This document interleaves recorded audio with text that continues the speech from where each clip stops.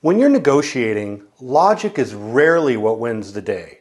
Humans are all crazy and irrational, impulsive and emotionally driven animals.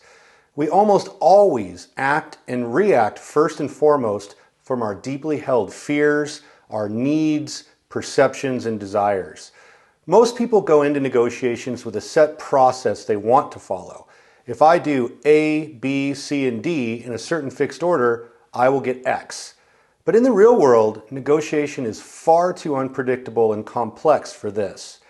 The flow of the negotiation will often dictate the order of the topics discussed.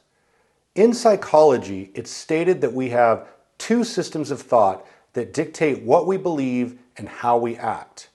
System one is our animal mind, which is fast and instinctual and also very emotional.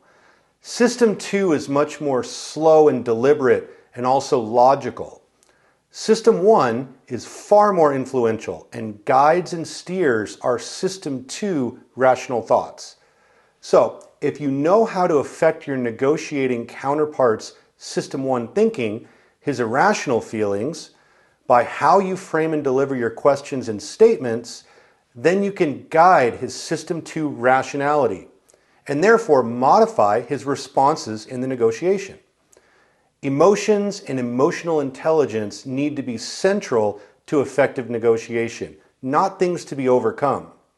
So in this lesson, we're going to discuss simple psychological strategies and tactics that work to calm people down, establish rapport, gain trust, elicit the verbalization of your customer's needs, and persuade your negotiation counterpart of our empathy. It all starts with the premise that people want to be understood and accepted. Listening is by far the cheapest, yet most effective thing that we can do to be successful in negotiation. By listening intensely, a negotiator demonstrates empathy and shows a genuine desire to better understand what the other side is experiencing. Psychotherapy research shows that when individuals feel listened to, they tend to listen to themselves more carefully and to openly evaluate and clarify their own thoughts and feelings. They also tend to become less defensive and oppositional and more willing to listen to other points of view, which gets them to the calm and logical place where they can be good problem solvers. This is called tactical empathy. This is listening as an art, balancing the subtle behaviors of emotional intelligence and the assertive skills of influence to gain access to the mind of another person. Listening is not a passive activity. It's actually the most active thing you can do. Life is negotiation.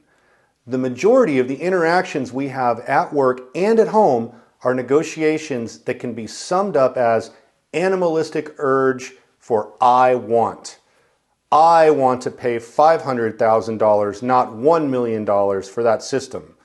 I want to buy that car for $20,000. I want you to give me 10% raise.